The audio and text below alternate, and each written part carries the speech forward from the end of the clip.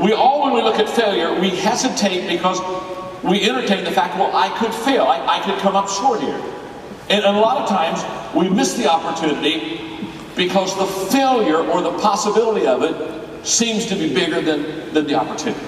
Oh, I've done it, you've done it, we all done it. But that question helped me as a young person to attempt more things. Okay, what if I could attempt something and I wouldn't fail? So it caused me to enter into the arena of action. That was question one. This is progressive. This is evolutionary. The second question is the question that I want to ask you about in the book. And the question I would ask you about in this book, sometimes you win, sometimes you learn, is what would you attempt to do if you knew you might fail, but that you would learn and grow out of that failure? In other words, this is different than Schuler's question. He said, what would you attempt to do if you knew you wouldn't fail? Well, the problem with that question, and Bob's a good friend, so I'm not being critical. The problem with that question is we will fail. True? So what happens is okay, I'm going to enter this because I'm not going to fail. Bam, we fail. My question is, what would you do if you knew when you attempted something that you might fail, but out of that failure you would grow and you would learn from it? Which brings me to the third question. And if you can get the third question, then everything I teach from now on is going to just absolutely add value to your life. And the question is this: what did you learn from your failure? We've gone in three questions in an evolutionary kind of a rule. We've gone from what would happen if you wouldn't fail to you will fail, but if you do fail, you could grow and learn from it, to what did you learn? So when somebody comes to me and they say, John, I messed up. And so they start talking to me about their mess up. After I'm done listening to their mess up, there's only one thing that I'm thinking the whole time they're telling me about their failure. It's not the failure. Right. The question is always, but what did you learn from the failure? What's your takeaway? Now that you've gone through this wilderness, now that you've gone through this dark period, what did you learn? And I'm going to give you three lessons that you can learn from your losses. Three lessons that are invaluable to you and invaluable to me. Lesson number one is this: there is no way to succeed without failure. You cannot succeed without failure and losses. So for the person who says, I'm going to do this right.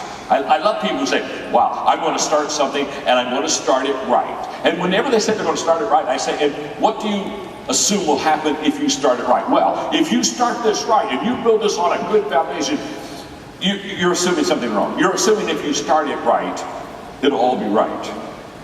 It won't be. You're not that smart. You're not that good. Look at your neighbor and just tell them, because they need to hear this. This will be humbling. You're not that good. You're just not that good. You're not that good. Hey, look at your neighbor. Look at your neighbor. Look at your neighbor and tell him, quit trying to protect what is not possible. Because I watch people all the time, they're trying to protect this, like, oh, I want to do this right, and hey, I'm just going to make sure. You can't make sure. The only thing that's going to be sure is you're going to mess it up. The only way that you could probably have it happen without messing it up is if you would move yourself from the picture.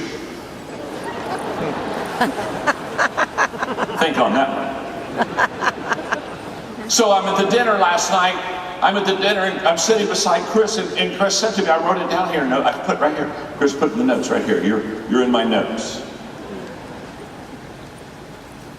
Chris said, it is impossible to succeed without failure. You're right. In the interviews that I have had with successful people, my conversation with successful people, the one thing that is common is they can talk to you at length about the failures they had in trying to build a business and the failures they've had personally in their life. Our life is filled with, there's the road to success has failure and losses in it. Number two, failure and losses. When you fail and when you lose, they birth qualities essential for success. What happens is, it's the loss and the failure And it goes back to our conversation around the table last night. That brings humility and brings perspective and brings reality until it allows us to be authentic.